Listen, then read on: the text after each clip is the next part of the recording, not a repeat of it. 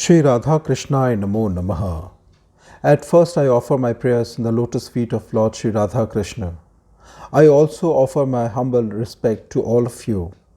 Today, from the book Sayings of Shri RamaKrishna, we will listen about Maya, riches, and spiritual aspirant. His holy words are as follows: Maya is to Brahman what the snake in motion is to snake at rest. Force in action is Maya, force in potency is Brahman. As the water of ocean is now calm and next agitated into waves, so are Brahman and Maya. The ocean in the tranquil state is Brahman, and in the turbulent state is Maya. Maya is the cosmic power of the Lord. Maya as deluding power is called Avidya, while Maya as the liberating power is called as Vidya. Shiva and Shakti, intelligence and energy, are both necessary for creation. With dry clay, no potter can make a pot. Water also is necessary. So Shiva alone cannot create without the help of a Shakti. Desirous of seeing Maya, I had one day a vision. A small drop slowly expanded and formed itself into a girl. The girl became a woman and gave birth to a child. And as soon as the child was born, she took it up and swallowed it. In this way, many children were born to her and were devoured by her. Then I knew that she was Maya. The snake itself is not affected by the poison in its fangs, but when it bites, the poison kills the creature bitten. Likewise, Maya is in the Lord, but does not affect him, while the same Maya deludes the whole world. A certain sadhu lived for some time in a room in the temple of the Kineshwar. He did not speak to anybody and spent his whole time in meditation on God. One day, all of a sudden, a cloud darkened the sky, and shortly afterwards, a light wind blew away the cloud. The holy man now came out of his room and began to laugh and dance. Upon this, the master asked him, "How is it that you, who spend your days so quietly in a room, are dancing in joy and feeling so jovial today?" The holy man replied, "Such is Maya that envelops this life. No trace of it was there before, but suddenly it appears in the serene sky of Brahman, creating the whole universe, and is dispersed by the breath of Brahman." Ram, Sita, Lakshmana went to the forest as exile.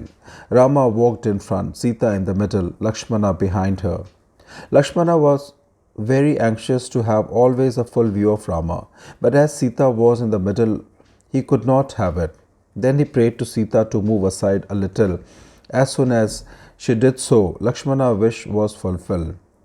And he saw Rama. Such is the arrangement of Brahman, Maya and Jiva in this world. So long as the illusion of Maya does not move aside, the creature cannot see the Creator. Man cannot see God. A holy man used to look and smile at the chandelier prism day and night. The reason for his doing so was that he saw various colors through the prism, red, yellow, and blue, etc. Knowing these colors to be false, he realized with a smile that the world also was equally false.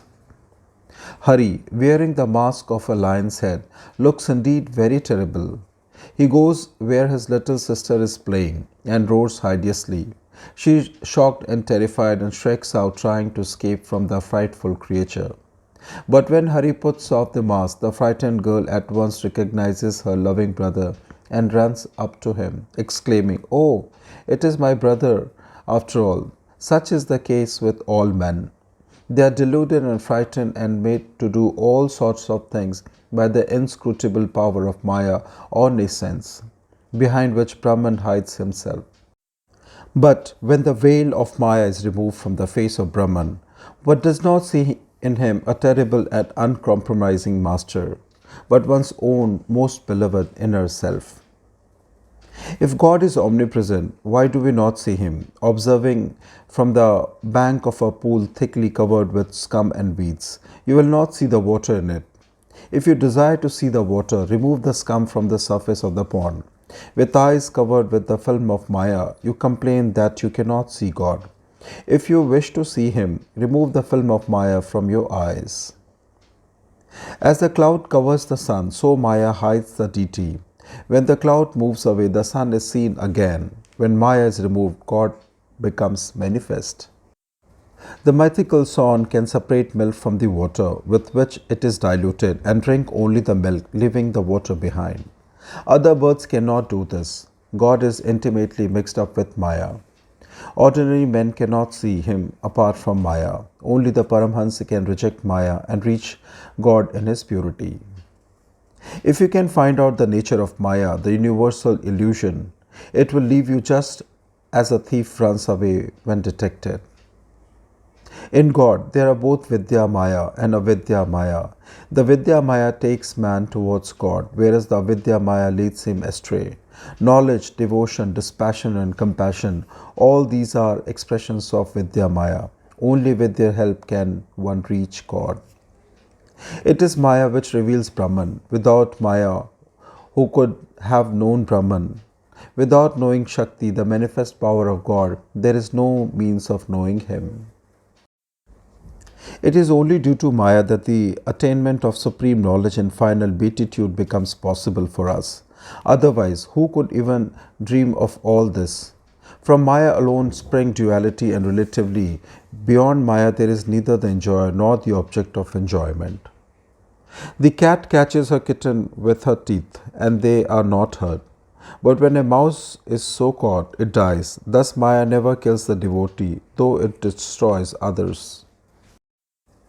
Referring to the fact that the pursuit of wealth diverts an aspirant from the path of God, the Master once said to a young disciple, "Like a man of the world, you have accepted a paid appointment, but you are working for your mother. Otherwise, I should have said, 'For shame, for shame.'" He repeated this several times and then said, "Serve the Lord alone." Referring to the degradation that service undertaken for the sake of money brings about, the Master said of a young disciple, "A change for the worse has come over his face. A dark shadowy film seems to have spread over it. All this is due to office work. There are the accounts and 100 other matters to attend to it." Money is an upadhi, a deceptive influence of a very strong nature. As soon as a man becomes rich, he is thoroughly changed. A Brahman who was very meek and humble used to come here. Every now and then, after some time, he stopped his visits, and we knew nothing of what happened to him. One day we went to Kongoro in a boat. As we were getting down from the boat, we saw him sitting on the bank of a Ganges, where in the fashion of a big folk, he was enjoying the pure breeze of the river.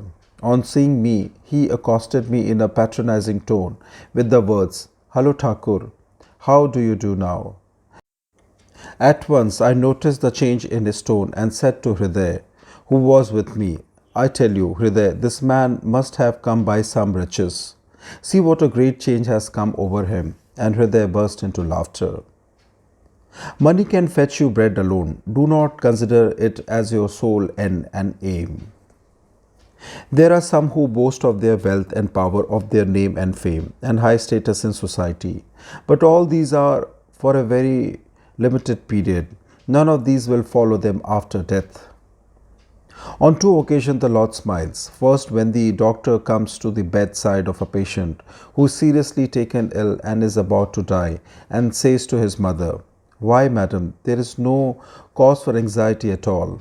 I take upon myself the responsibility of saving your son's life." Next, he smiles when two brothers who are busy partitioning their land take a measuring tape, put it across the land, and say, "This side is mine, that side is yours."